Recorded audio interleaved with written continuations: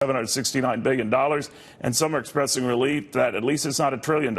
I should stress, not $1 trillion, yet it is up 17% from the prior year and expected to top $1 trillion next year, and that is exasperating to this next fellow, the Tea Party Patriots co-founder Mark Meckler. So, Mark, in the middle of this strong economy, right, and the good news we're getting from corporate America and all, and you would think that that would translate into more revenue coming in, and again, record tax revenue this year, but then Washington spends it and then some. What do you make of all this? Well, that's just the history of government in America. Every administration since Washington has spent more than the previous administration. There's only one administration that was an exception to that throughout history. And so this is what politicians in D.C. do. At some point, we're going to have to pay the piper. I worry that it's going to be sooner rather than later.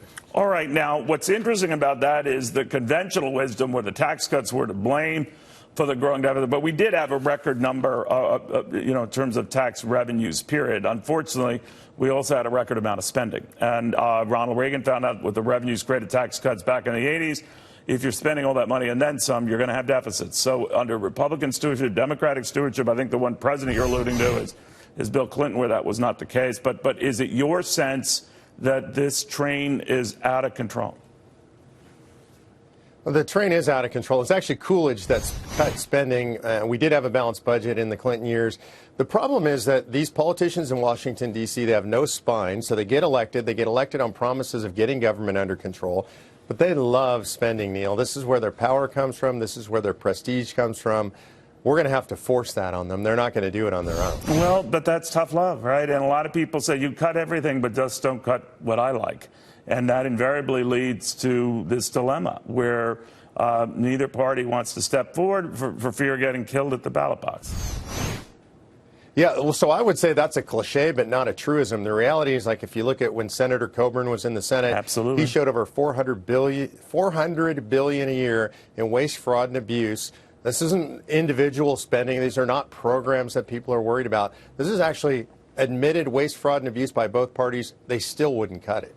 You know, but even for large programs, any type of program, you just slowed their growth. Let's say that you have some that are growing at a 4 or 5% clip, and as you see this with Paul Ryan trying to do it some years back to slow Medicare's growth from 5 or 6% to maybe 3.5% to 4%. You'd think he was throwing Granny off a cliff. In fact, there were ads to that effect. So the appetite wasn't there then. It's even there less now. So what happens? Look, the appetite is not there in Congress, but we have two choices. We're either going to deal with this problem or the problem is going to force us to deal with it. We're going to have ultimately either hyperinflation. We're going to end up out of control in the bond markets. You've alluded to the health of the bond markets right now. That won't necessarily last forever. Eventually, people are going to see this as an upside-down situation.